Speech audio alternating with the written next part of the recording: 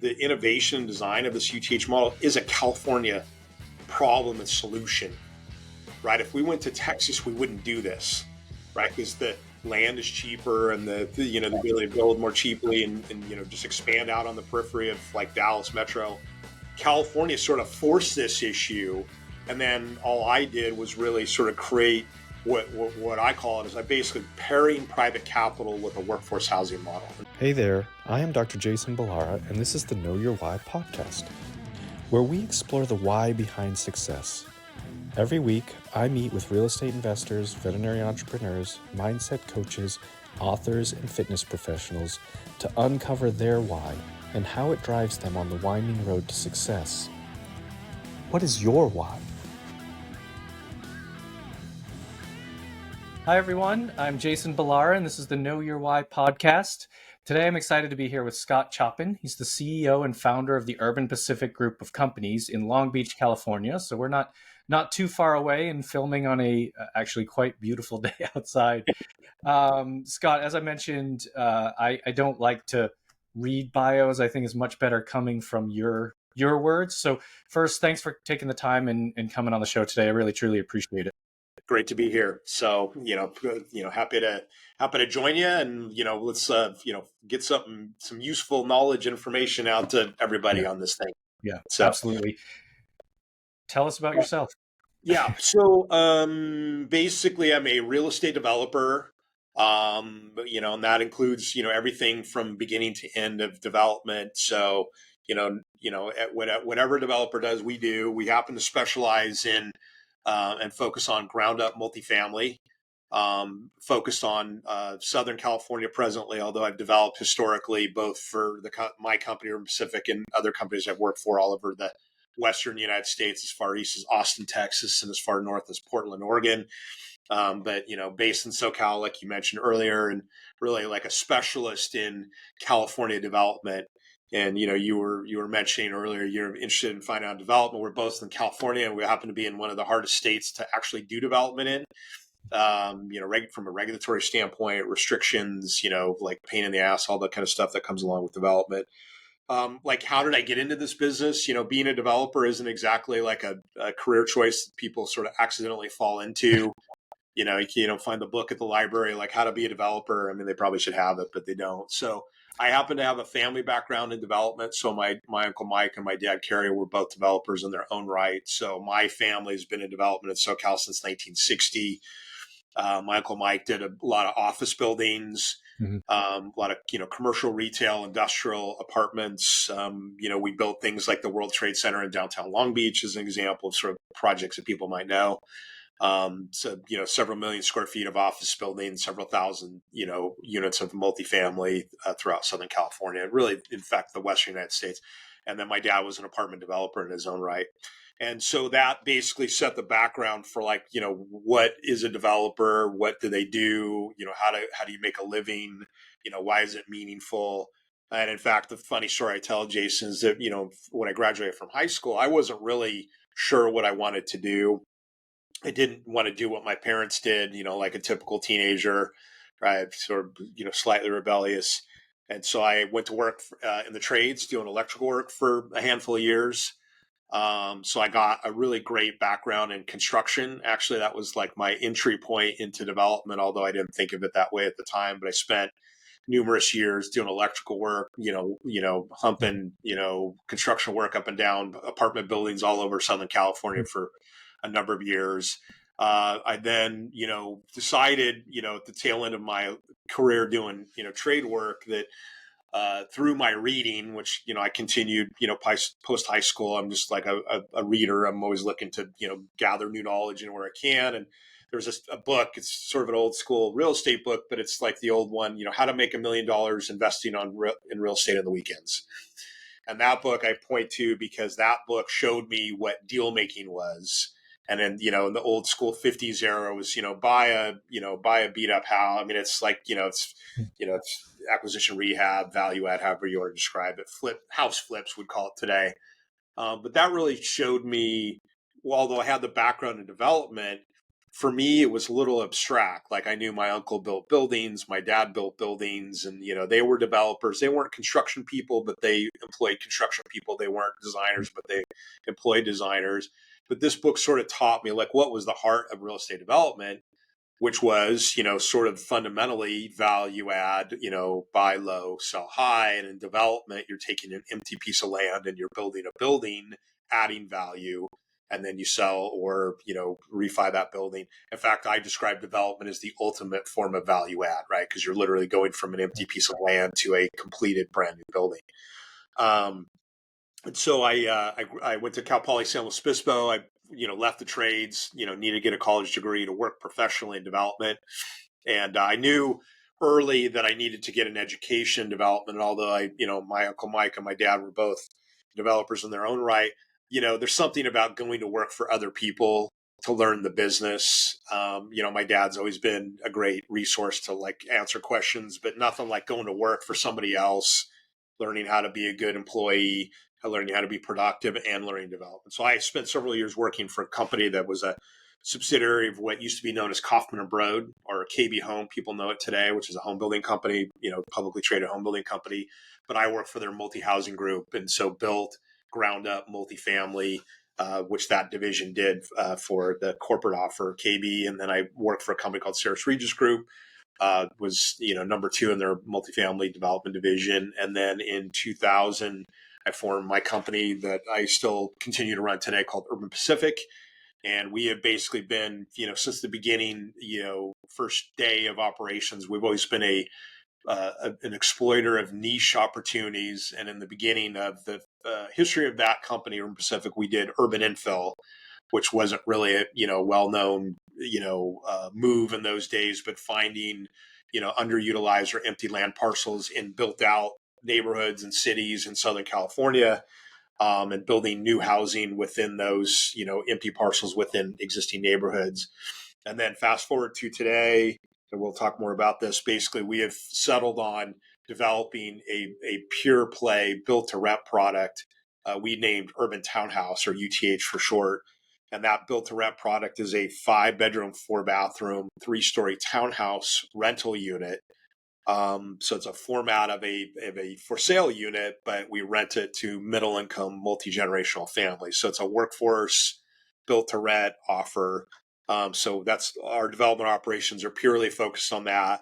And then, as I mentioned, previously, we also have a team that basically provides what I call project management services, project management and development services, where we basically are strategic advisors and developers on behalf of other people that need to execute development operations but aren't developers themselves. So an example would be we have a client called the San Pedro Fish Market, which is one of the largest restaurant operators in Southern California, in fact, the state of California. And we're paired up with them, basically developing new restaurant locations on their behalf. We're not a principal in those deals. We're purely an advisor and a service provider in those kind of deals. So that's us in a nutshell. Yeah, I mean, so much fascinating stuff there. Like I said, right off the bat, development's always been so interesting to me. I also have a background in construction, and on the residential side, never did large scale I did a little bit of commercial in Boston, also with an electrician, funny enough. But I think the field is so interesting. You mentioned, you have your father, your uncle, like, were also in development, and a lot of the guests that have been on the podcast that got into real estate come from a different space. A lot of it's just like, so much an engineer, a doctor, whatever, like different space, and then they decide, to build up the real estate portfolio. I feel like the interesting thing about developers is oftentimes that's the one group that seems to have it kind of almost in the family, if you will. And I do you think that that's just because of the level of knowledge that I mean, you even mentioned then going to school and working for others.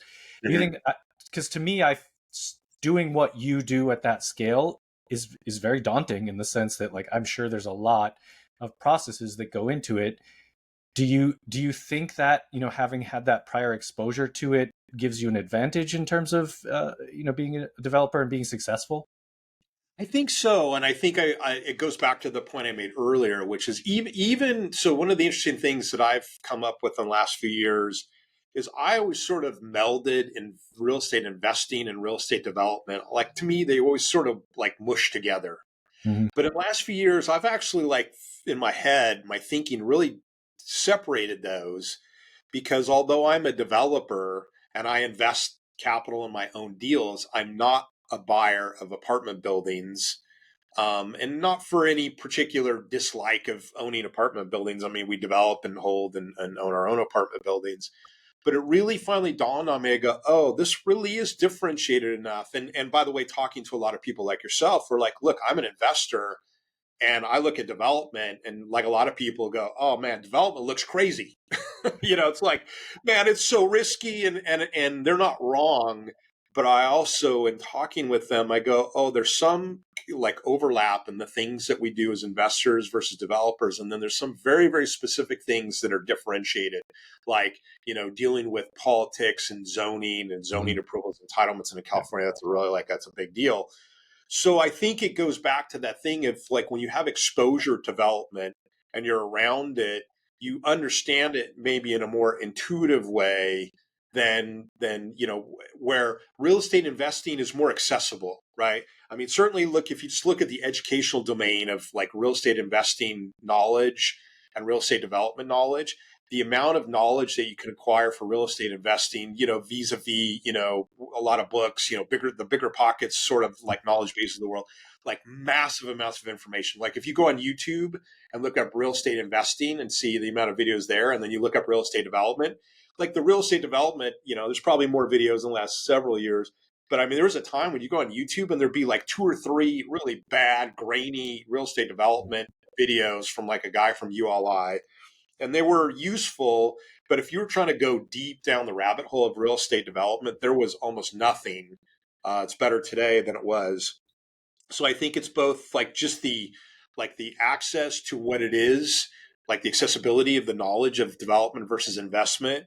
And then you sort of like pointed out earlier, like then you go into this knowledge acquisition phase. And I think that's really where there's like a huge differentiation, because development is not like, it's an obscure thing. Like if you talk to people about, you say I'm a real estate developer, commonly people go, okay, so you're a developer, like what is that exactly? And they go, oh, you build buildings, right?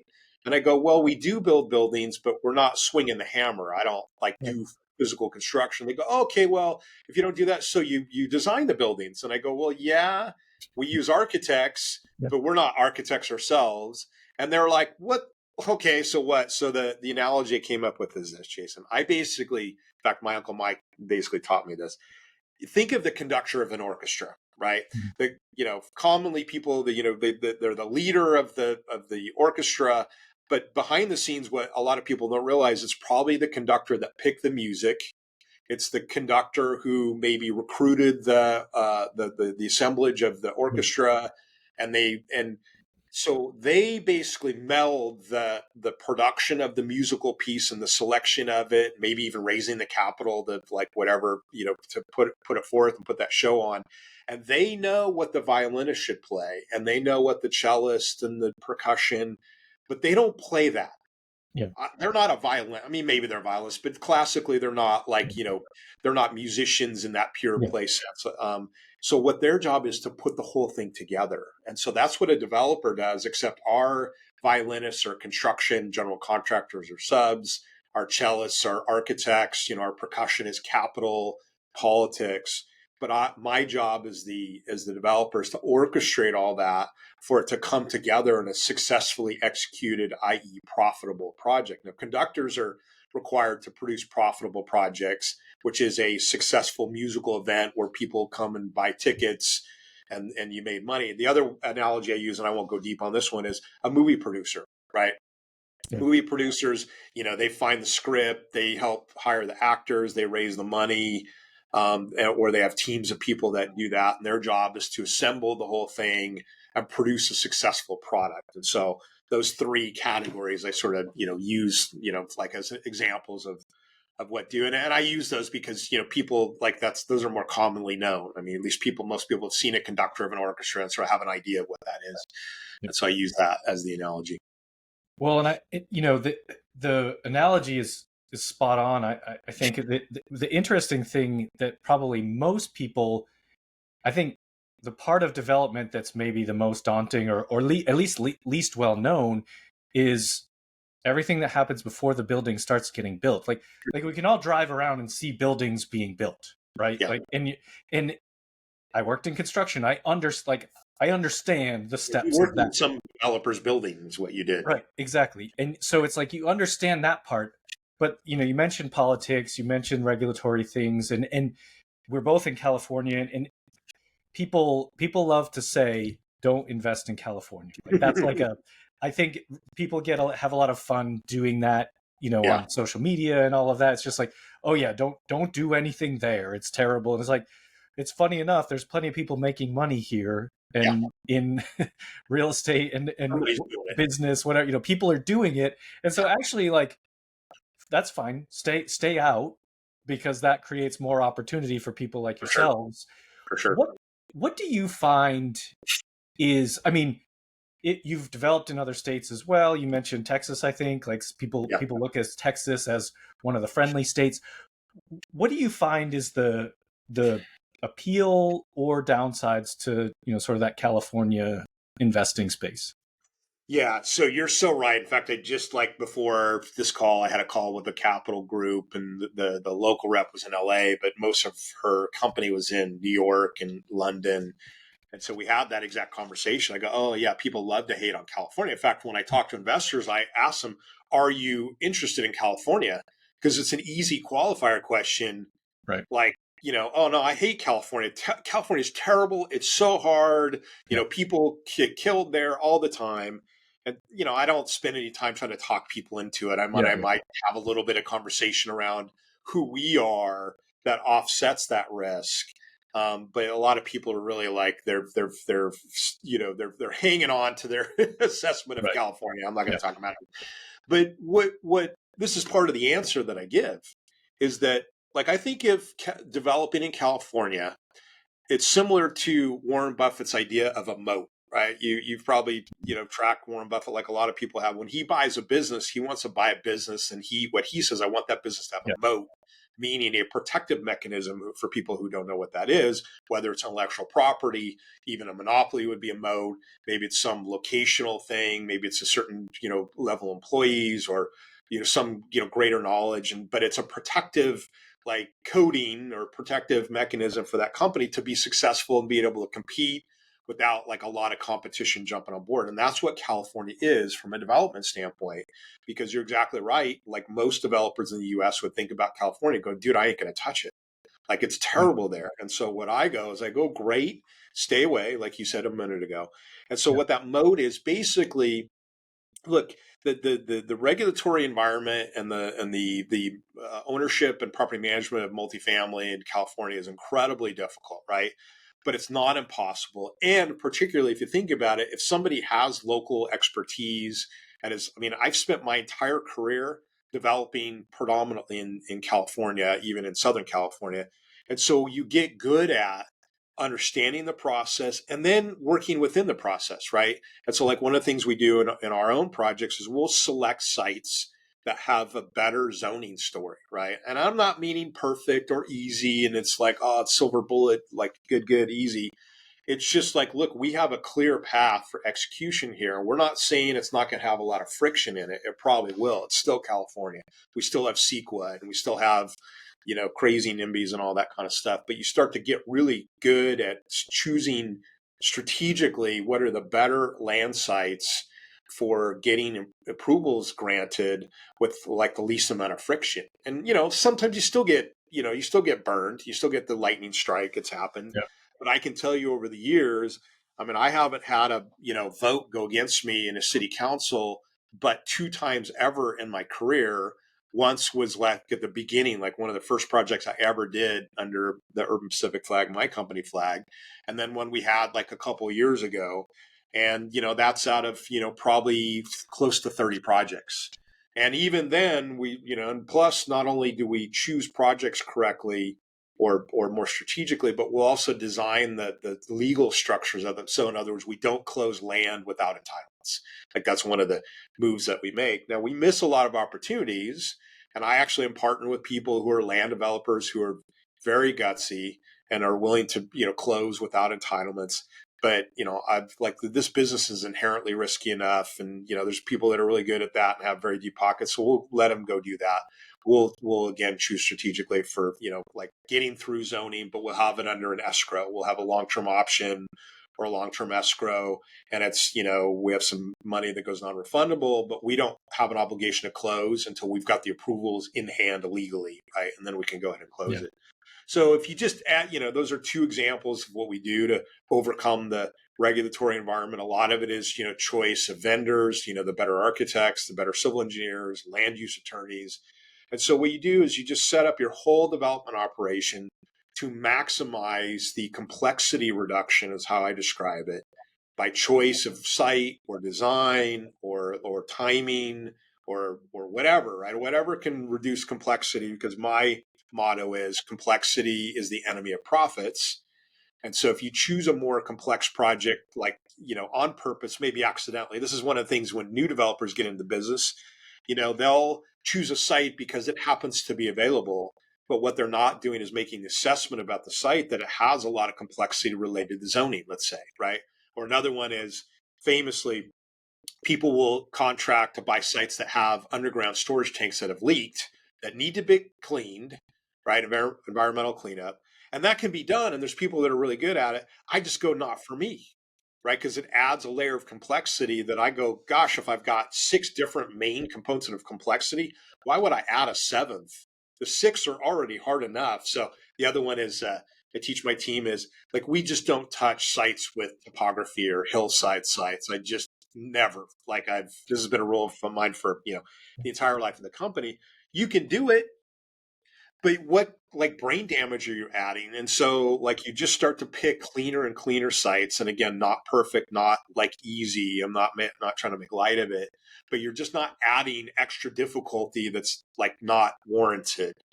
And like, my famous saying, and I'll sort of stop the point here. When I was a young project manager working for other companies, like like one of the companies I worked for, the Copper and the multi-housing guys, Mike Costa, I was like, I could go find deals. Like they gave me latitude to, hey, Scott, you want to go find a site to do affordable housing and get the land under contract, go for it. I would work on everything, Jason. Like there was no site that I couldn't problem solve and work on. Years later, I was like, oh man, I was like choosing the hard way, because like if a site had an underground tank, like you just pass. And so, you're not so eager. Now it's like I pass on 99 out of 100. Back then it was, probably I worked on half of what came across my desk. Somebody else's dime. And fortunately I had, cooler heads who I worked for, executives who was like, no, like they knew. But that would be the kind of examples of like just sort of the strategic choices paired with knowledge and experience that, has you then be able to like, thread the needle in a way that, creates successful projects. And then I'll end here. The beautiful part of the moat is that when you do get a project done and you deliver it and you lease it up, how much more valuable is it? And how much less competition does it have than going to Dallas or Austin or Houston, where, it's easier to build, but everybody can build and everybody does build. And so then your market is like can be, saturated and, oversaturated very quickly. Yeah, no, I think, I mean, all of that, the market expertise and relationships, I mean, this is true across the boards, but almost more so in development. Those are such important pieces of the puzzle to have, which is why I love that you have, kind of an advisory board associated with your company. Like that's great. I mean, that's exciting to me. I'm like, oh, good. I have a resource to go to if I want to get into that space. That's right. The other thing that I think is often missed in the don't invest in California thing, like the regulations, the challenges that you face in California, everybody knows them, right? Like, and they're like, I don't want to deal with that. Like, it's very out in the open what the problems are. You point to rent control. That's the one that people talk about. But like, what happens when you invest in a landlord-friendly state or city, and those regulations change, which is a thing that happened during the Like pandemic, change where you're against you, meaning like get right, worse. right. Yeah. You're expecting. It's like the perfect example is the eviction moratoriums that happened, that are like essentially still, the moratorium's been gone for 2 years, but they got so backlogged on evictions that they're not processing Yeah. still in some counties in these landlord friendly states. And it's like, if your business plan is based on it being landlord friendly and having everything go just the way you want it to, and then it doesn't, that's a challenge. Like Yeah. in California, in being market specific, you know what you're going to face, the regulatory hurdles that you're going to have to get over, and it's kind of like you can learn that in any market, but if it's already not in your favor, there's a lot less that's going to surprise you, I Yeah, think. I would argue, and I'm just thinking this now, so this is new thinking. I would argue that you would want to come out of a difficult environment into an easier environment because you're already prepared for the difficulty, right? So if you use your example of like you came from California with the crazy landlord regulations we had, and you went to Texas, you go, oh man, it's so much easier. But in the back of your mind, you still have the experience of that, and Mhm. so it's you know it could happen. And Yeah. politics change. We know that. That's fundamentally just it's going to be always involving change. Or what happens the other way to learn is you're from Texas and you've got landlord friendly environment, but you've been seasoned enough as a developer where if something went against you in a landlord tenant dispute, whatever. I'm just making this up, but Yeah. you were tested in a way that goes, oh, I can't I can't make the big bet on it always being landlord friendly, and then Right. if it changes now, my deal's dead or doesn't cash flow Yeah. or whatever, right? So I think either scenario is coming out of some sort of difficulty learning environment, and then moving forward in time or moving geographically, locationally, that then you go, oh, I have this experience and this knowledge. I've been tested. Gosh, and as a developer and an investor as well, you're always carrying all those lessons you learned, right? You're like, don't do that, don't do that, don't do that, don't do that. Gosh, don't do that. And then maybe do this, do this, do this. But always looking at it with sort of a jaded eye. In fact, I'll share an interesting thing. So everybody knows the term paranoid, right? Which is, you're paranoid, you're worried that, something's going to go wrong. And that's like classically what developers do. But I learned a new word, which is pronoia. I'd never seen this before. I saw it yesterday. And that's the opposite of paranoia, which is instead of an expectation of negative events to take place, is an expectation of positive events to take place. And I was like, oh, this is so cool. And as a developer or investor, that's good. You have both. Yeah. Like you have the paranoia of the lessons where you got your ass kicked, but then you're positive. I mean, let's be honest. Developers are self-selected optimists. You don't go into this business as a developer unless you are like naturally, pronoia and naturally, positive and optimistic and, figure out a problem solve. Because if you weren't, like, you couldn't stay in this business. It would just chew you up and Yeah. spit you out. Too But I think, many hurdles to get over. yeah, yeah, exactly. Um, Talk a little bit about the urban townhouse model. Mhm. Why that's become your main go-to strategy. Yeah, I think I have some ideas, but I think it's yeah. probably also market specific as well. Yeah, right, exactly. So this is a California story now, like high level. So we created this build to rent product, right? So everybody's more familiar with the BTR concept or build to rent, which is taking residential types and renting them where they normally would be sold. So everybody knows what a subdivision detached house is in a subdivision in XYZ neighborhood in XYZ city. And normally a home builder would build those and sell it to an individual buyer. But build to rent is that somebody builds all those houses and instead of selling them, holds them collectively, in a project of let's say 100 units and then rents them out, right? So but the style of house is classically like a detached house. Okay. So what we created about 8 years ago is a concept I call urban townhouse or UTH for short. And and there's notably about that timing, 8 years ago, the idea of build to rent didn't exist. Like BTR as we know it today, that terminology and that idea wasn't like what didn't exist literally at all, right? But I started to, as we came out of, and just a little bit of history here. So, I've been developing since 2000. We've sort of ridden a couple different market cycles. We've done some affordable housing, but most of our projects were ground up podium style apartments, and then we did some condo product in the middle 2000s. Well, sort of post GFC, from about 2011, 2012, the market started to recover where we could start to do deals again, right? And we were buying some distressed, like half completed, podium deals, build those out as apartments. And so the market was coming back. And so from about 2012 to about 2016 was, the market was like coming out of the, dead zone, right? And that's a great time. Like that's the perfect time to be doing deals. In fact, I wish I could have done, 10 times the amount of deals. Yeah. But the GFC was like, it's crushing, right, for any developer and a lot of investors. And so you're cautious, right? And so in 2016, we finished a series of deals. We built a bunch of podium deals, think like market rate, infill, podium, meaning 3, 4, 5 stories over a parking structure with, parking below.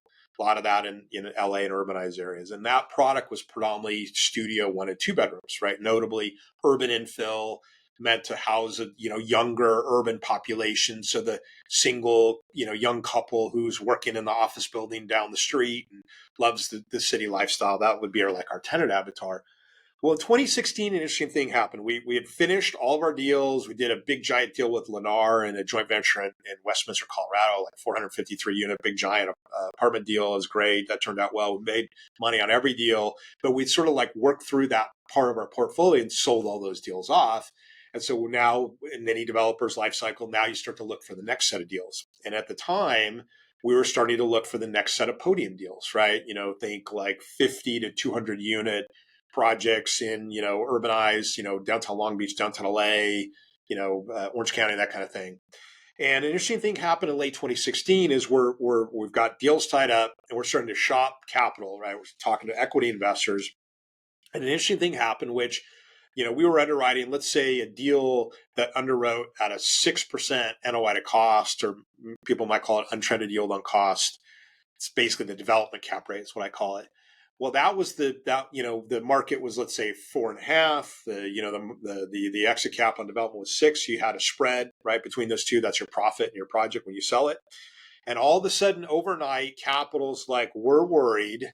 There seems to be a lot of product coming online. Lenders had the same reaction, so everybody started to pull back. And what equity investors do is, a lot of them, they want to stay in place, so they won't tell you no. But overnight they'll go, hey, what worked at a 6, untrended yield on cost is now a 7. Now you got to do a 7.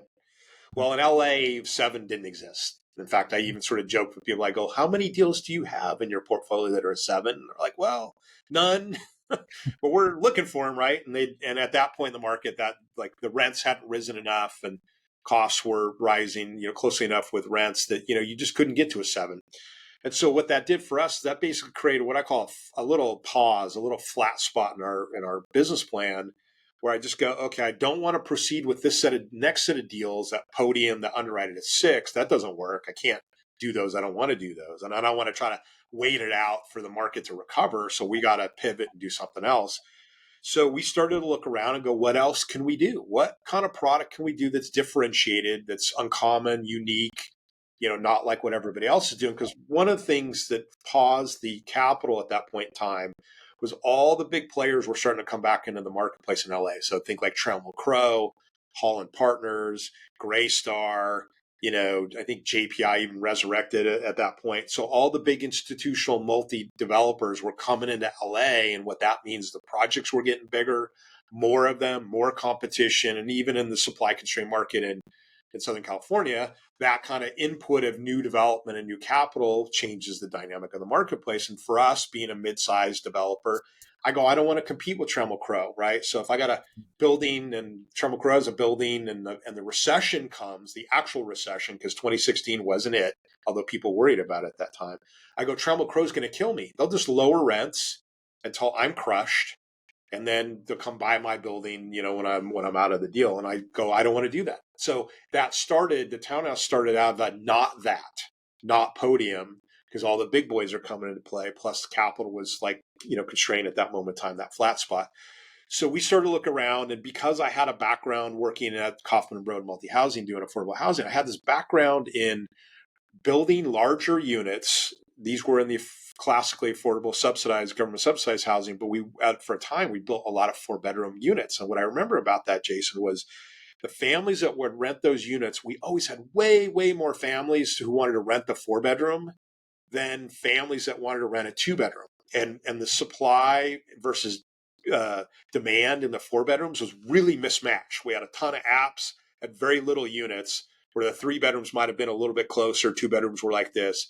And so I remember that. And so I started to just sort of riff on the idea of maybe we do something, a bigger unit, but not affordable housing. This would be market rate housing, but with multiple bedrooms. And so we started working on some projects, and a couple projects sort of lent themselves to experimenting with a bigger unit. In fact, we did a small project in downtown Long Beach as the first, what became the UTH model. And we did a 4-bedroom, 3-bathroom, 2-story townhouse, 2-car garage. And so and I bought the land really well so we could experiment and, like make mistakes or be successful. And the land price sort of gave some room to maneuver in the profitability. And so we basically finished that project. And I remember something, this is an interesting little like anecdotal part of it. And I remember at the time we underwrote that 4.3 at a 2650 rent, right? This is probably 2017, early 2018.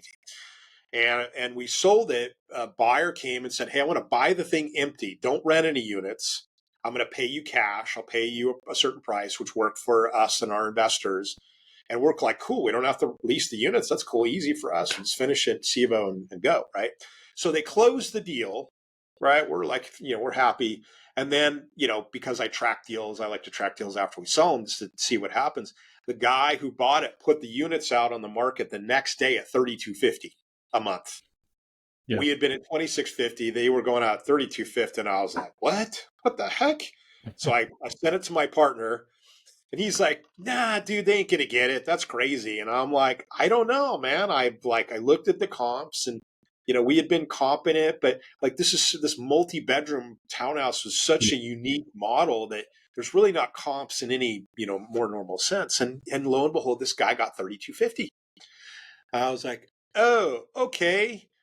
Gosh, well, one, we missed it. Like, how do we miss it? Yeah. But missed to the upside. In development, you always worry about missing on the downside, like rents coming below what you projected. This is way over, right? So I said, let's go try to find more of these deals. And then let's, 4 bedrooms is good. Could we do more? In fact, I had the call with the architect who designed that first deal. I said, well, how big could we do? How many bedrooms? Like, what's the upper limit? And he's like, so we sort of debated. And he goes like 6 bedrooms. I go, man, that seems crazy, dude. That's like, let's not go there. Let's do 5 bedrooms, 4 bathrooms. And then the other key change we made is we went from 2 stories to a 3-story model. Still a garage on the ground floor, but we changed now to a 3-story, 5-bedroom, 4-bath, 2-car garage. And that became then that next project was that 3-story product, 5 bedrooms. And so we built these, delivered them, and the first 4 projects turned into what I call the experimental phase, Jason, which is this product was completely unproven other than that first deal that had sold. That made money. But I go, this 5.4, can it make money? Do we know how to build it cost effectively? What does it really rent for? What's the value? Because this is so on the edge of the spectrum. There's people look at it and they go, wow, it's crazy, right? Like this is 5 bedrooms. That's nuts, Scott. It's very binary. Either people totally get it or they totally don't get it, right? Yeah. So long story short, what was those early series of projects turned into urban townhouse. And what urban townhouse is a 5.4 unit type, but basically in marketing and leasing these units over time, we figured out where they want to go, which is basically urbanized suburbs. So it's older parts of urban suburban communities have turned urban throughout like the LA basin, Inland Empire. And what we also established was that the tenant profile, the tenant avatar for this was middle income working class families. And that's where my affordable housing background sort of comes in. And so what the tagline I came up with was it's designed and built to rent, but it lives like a house which is the exact definition of build to rent as people know it today, right? It's designed and built to be an apartment project or apartment unit, but it lives like a house, right? The family that lives here has that experience like a house, like a 2-car garage and central air and heat and the amenities and the things that you're used to in a house. We happen to be doing it in infill locations, and we're going out a little further afield today in the product that we're doing now. So long story short, what this turned into was a townhouse model that would be affordable to middle income working class families that were living multi-generational. So the typical tenant profile would be a middle income working class Hispanic family with a grandparent living with them. And by the way, these families, they already live this way. They already share economics, they share income and expenses. We're just giving them a brand new unit to live in, usually in locations where they already exist. So, we're in San Gabriel Valley, and we're in, South Bay of, like Long Beach and surrounding communities. We're out in Riverside these days. And so we're just basically putting projects where these families already live naturally. We're just pulling them out of existing apartment product to come into this new unit, now living under one rooftop with, central air and heat in a garage and things, lifestyle that they've never had.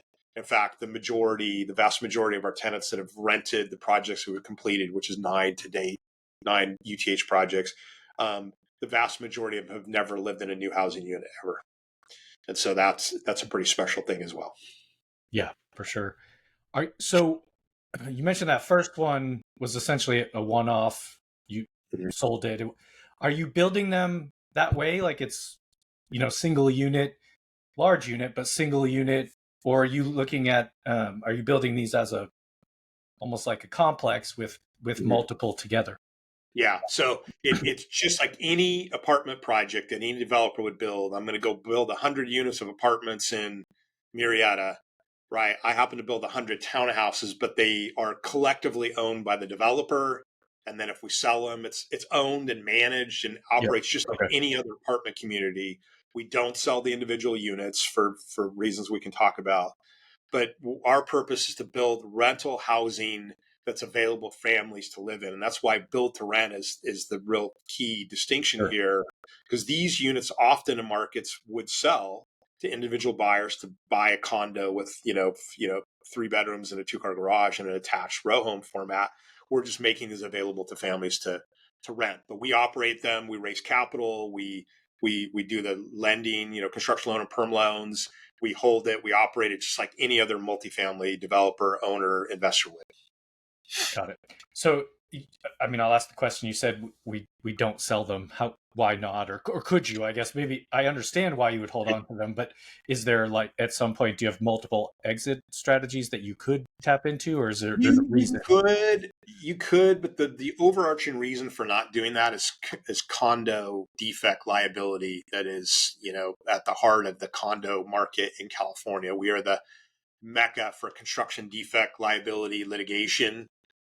Having done, a handful of condo projects in, my past, like we got really good at that. Fortunately, we never had any condo lawsuits, but we did a whole bunch of work to avoid that.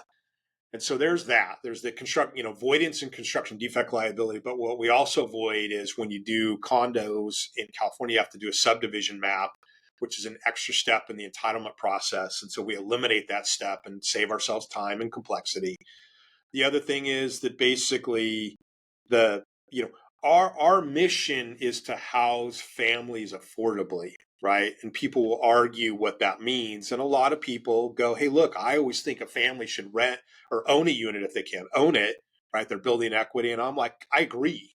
But often the issue, the choice for that family is, do they have the income to pay the mortgage or the rent plus the down payment? And very often they don't have the income plus the down payment. So there's a whole group of people that are aspirational homeowners, but are not ready for homeownership because they haven't saved the money or they don't have the incomes or whatever it is that. And so there's a whole sector of people in the California. In fact, I created the term forgotten middle, which is this middle income working class people who want a good life. They want a nice unit to house their family. They don't have the down payment to buy. And in some cases, they don't want to buy. They don't want the responsibility of that. They just want, like, I want to rent, right? Like, I don't want a household, that kind of stuff. but they're still aspirational, meaning they want to be in the right school district. They want to have a residential unit that helps them live a good life for their family. And so for the families and sometimes roommates that we rent to, they're like 5 bedrooms is the key for me, right? Because one of the things we do, one of the 5 bedrooms, bathrooms is downstairs, like in the entry. So if you have a mobility challenge, like senior or somebody in-law, they live in that unit. And then we've got, the rest of the bedrooms, bathrooms upstairs. So we give the chance for families to basically, in fact, this will often be a story where the family will identify the unit and they're like, oh, we're moving grandma from, Arizona to come live with us because now we have a unit that allows us to do that, where 99.9% of all other apartment units don't enable that. They don't enable that family togetherness, right? What I call, there's economic sharing, which is coming together to share the housing costs, which helps the affordability, but also just the natural, want and need to live together, right? Like a lot of, like I talk to investors who go, oh, well, how do you bring the families together? Like you get 2 families and bring them together. I go, oh no, these families already live multi-generationally. They already live in an economic sharing format, but often they're living in an overcrowded apartment unit, or sometimes we see 2 units being rented by the same family. They're combining together. And so we'll pull them out of that unit and then put them into this bigger, nicer unit, still within the context of 30% of their income. So we're making it like having them the capability to pay for it, but they don't have to come up with a down payment and all that kind of stuff. So we're inserting this new type of unit into these urbanized suburban locations where that housing type didn't exist before. And one of the things that we find is in a lot of these older infill neighborhoods in Southern California, a lot of these neighborhoods haven't seen new housing for decades. Like we built a project in Fullerton, like a few freeway exits up north on the 5 freeway from Disneyland, and there hadn't been any new housing in that neighborhood for like 50 years. And so we landed a brand new building. And then what ended up happening is, people who already live in the neighborhood, they drive by and they're like, hey, I'm going to move in here. And I'm moving out of this junky old apartment. And I'm going to move in, and my grandma's going to come move in with us, and maybe adult kids move home. But they come together in this family unit and combine their incomes and expenses.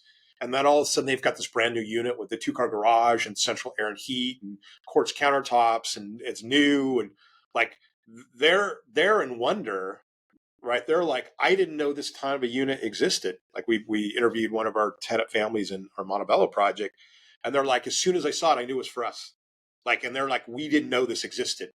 In fact, the guy in our quote we have on our YouTube channel, he's like, look, I had the ability to go rent a 3-bedroom older unit with no air conditioning. And it was like, $3,200 a month. And I get to rent your unit, which is 5 bedrooms, 4 bathrooms, 2-car garage, central air and heat, quartz countertops for $3,500 a month. He's like, he didn't say these words exactly, but it's like a slam dunk.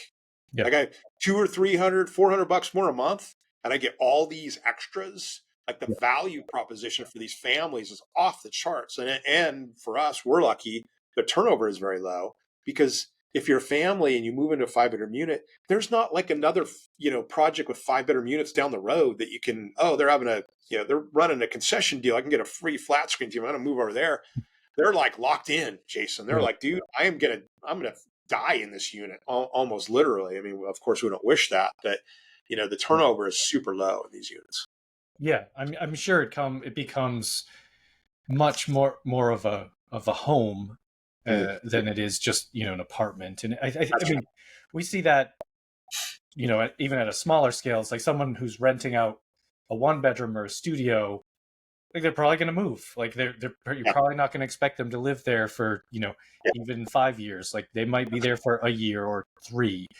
But then when you start having, again, like a 3-bedroom townhouse, now you get a family that gets in there and they send their kids to school. And what you're producing, your product is just like, that's even the next level when you're multi-generational.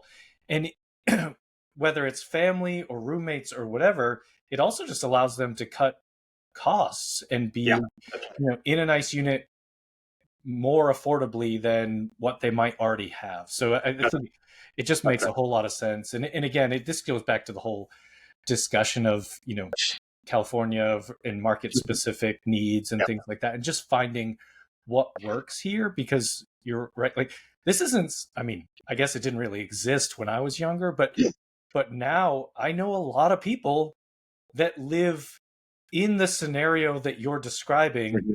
They just don't have a nice 5-bedroom, 4-bath new unit to do it in. And so it's like, there's, they live with, they live with their parents. They live with their, if they're older, their kids might be grown but still living at home or back. Like you said, it's just, it fills a need that's probably a lot bigger than at least a lot of people knew it was. Seems you knew it was there, but in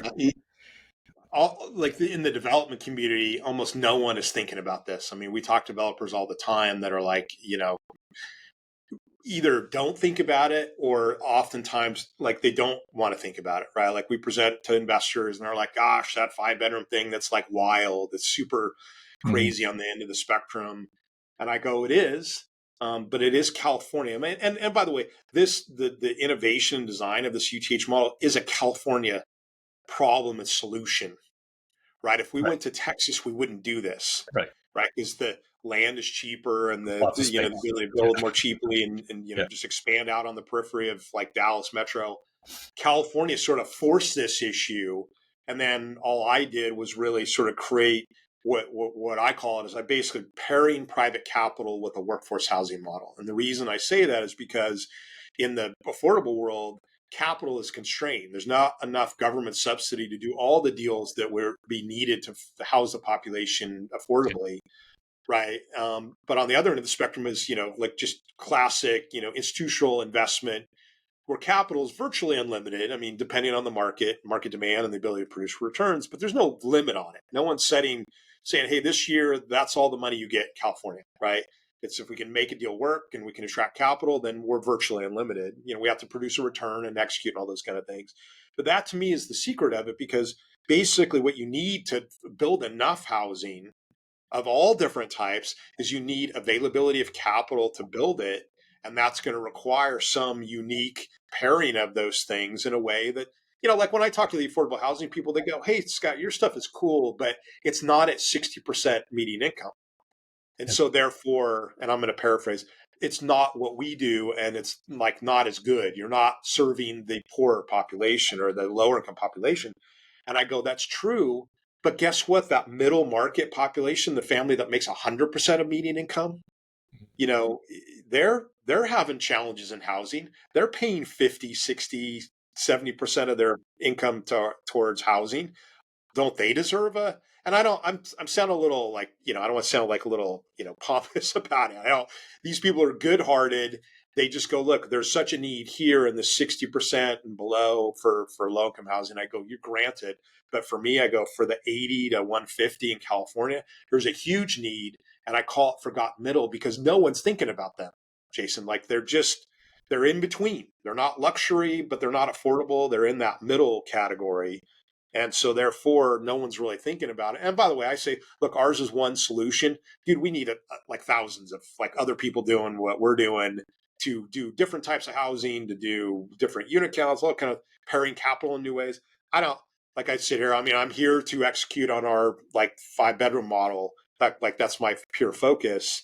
But I also acknowledge as a human being and somebody who's a lifetime resident of California, like, dude, we need all kinds. Like we can't build enough housing, and so we got a lot of work in front of us, but in a good way. Like there's a lot of families to serve, a lot of families that were they to find out about this would be very enthusiastic about this. And so my job now is to raise capital and to continue to scale our organization to execute on this model. And it's virtually unlimited for us as a company. Like we could build, as much as we could possibly build, and it still wouldn't be enough. Yeah, it's such a smart solution. It really does fit, and I think it's an interesting. I mean, California has creates some challenges that you've come up with a unique solution to here. The nice thing is, I do think that they are very often very willing to work with people when they do when you come up with these sort of unique solutions to the housing shortage that we have and affordability and all of that. Because the other, I mean, your urban townhomes, ADUs are like now everywhere because they were like, we need housing. Let's let people do ADUs, and it's just like they will act to sort of help with some of those problems. I think when you come up with a solution to it, it can be integrated well into the We're city. in the most housing positive political environment in California I've ever seen, and great. I mean, keep it going. Yeah. No, Create, I mean, I'm not a person to say like let's just create unlimited number of laws. Like I'm sort of like let the private sector do its thing. But we're compared to like 15 years ago, 20 years ago. I mean, if you were to put come forward in a city with an affordable housing project, or even what we do, workforce housing, sort of middle income, you would just get shot. Yeah. Like they just like, no way. Like don't even talk to me about that. And, a lot of cities are still, being forced to, build or allow, affordable housing to be built. But at the state level and some of the legislatures are really doing a good job at, making it a more positive environment. Yeah, absolutely. Oh man, we could talk about this stuff all day, Scott, but I don't want to keep you. I don't want to keep you. Let me shift gears here. Ask you the questions I ask every guest. For sure. We'll have you back on at some point, or I'll just come to Long Beach and hang out and follow you around. But the first one, of course, is based on the name of the show being Know Your Why. So what is your why? What's driving you? You've had a ton of success and you're making a difference. What kind of excites you to keep moving forward? Yeah, so there's really three things, and I'll go in order of importance. But first for me, development is creating new housing, right? That's what developers do. We're change agents to produce new housing, right? Which is differentiated from acquiring existing housing. Maybe you fix it up, but you're not creating new housing. So, like, it's creating new housing, and specifically in this mission focus of families. And then the second for me is my family. So I'm married to my wife Becky. Let's see, we celebrated we started dating in 1993. So we have what we call our dating anniversary. So more than 30 years. And I have three kids. So they're my why. And then I'm a born again Christian. So I'm a follower and believer in Jesus Christ. And so for me, all those three things go together, by the way, serving family, housing, taking care of my family, and then my religious orientation, go together nicely. I mean, it took me 57 years to do that, Jason, but I've finally gotten to the point where, those are all well aligned. So that's my why. Yeah. Well, congratulations on 30 plus years with your wife. That's impressive. Appreciate it. Tell us something. Well, I feel like you did just tell us some things, but typically I ask people, tell us something about yourself that's maybe not common knowledge, special skill, a hobby, just something to let people know you better. Yeah. So, interesting question. So I'm a lifelong musician. It's, for many years when I was a teenager, I wanted to be a rock star. Yeah. I was a guitar player and played in a bunch of bands, and in fact, through college. So people who meet me now, they're like, no way, dude. Like, you had the slightly longer hair. I mean, and my hair didn't grow long. My hair grows like out bushy. But I was a wannabe rock star from, 14 through about the time that I was 18. And then I finally figured out that was probably not a lifestyle that I wanted to to pursue in the long run. Plus, maybe you make it, maybe you don't. And those odds weren't really that great. Right. Your odds of being a developer, family background probably puts that a little bit higher, but even That's funny. that, I've never made that comparison, but you're right. If I was going to take those two odds, I'd go the developer, and even that was like that. That's still still a long shot, but maybe not quite as much. Never thought of it that way, but you're money. I traded one long shot for another long shot. Exactly. Well, maybe you've been successful here. Maybe you go back and pick up the guitar again, and I keeps crossing my mind, and so focused on doing this that I get it. Mine are in storage with dust on them. I'm sure. It's sad. I got mine sitting over there collecting dust. So when people hear this and they want to reach out to you, what's the best way?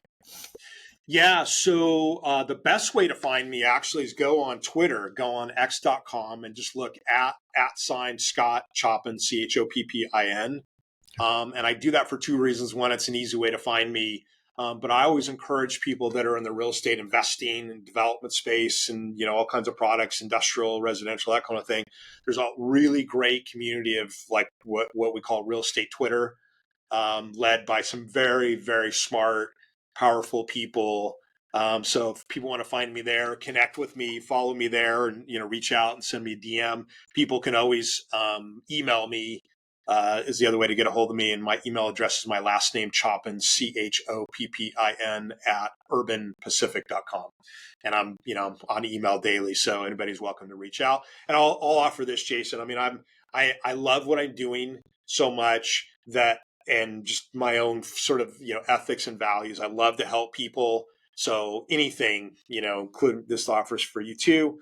Like you got a development problem you run into. I mean, sometimes I can answer quickly, sometimes I can't, but I'm a real firm believer in trying to, be an offer of help to people. So both via Twitter, x.com, and through the email, if you got something to talk about in the development space and need help, I can be of help. Yeah, that's fantastic. We'll definitely get that in the show notes. Scott, thank you so much for coming on the show today. This was awesome. Yeah. Like I said, I'm real fired up to talk about this topic, and thank you for sharing everything you did. I love it. You got it. Great to be here, Jason. Appreciate the invite. Absolutely. Folks listening, I know you're going to love this episode. Make sure you connect with Scott. I got to get myself back on Twitter. I haven't used it in many, many years, but got to get in that real estate Twitter. And please like, rate, and review the show so we can get more great guests. Thank you all for listening. Hey there, I am Dr. Jason Balara, and this is the Know Your Why podcast, where we explore the why behind success. Every week, I meet with real estate investors, veterinary entrepreneurs, mindset coaches, authors, and fitness professionals to uncover their why and how it drives them on the winding road to success. What is your why?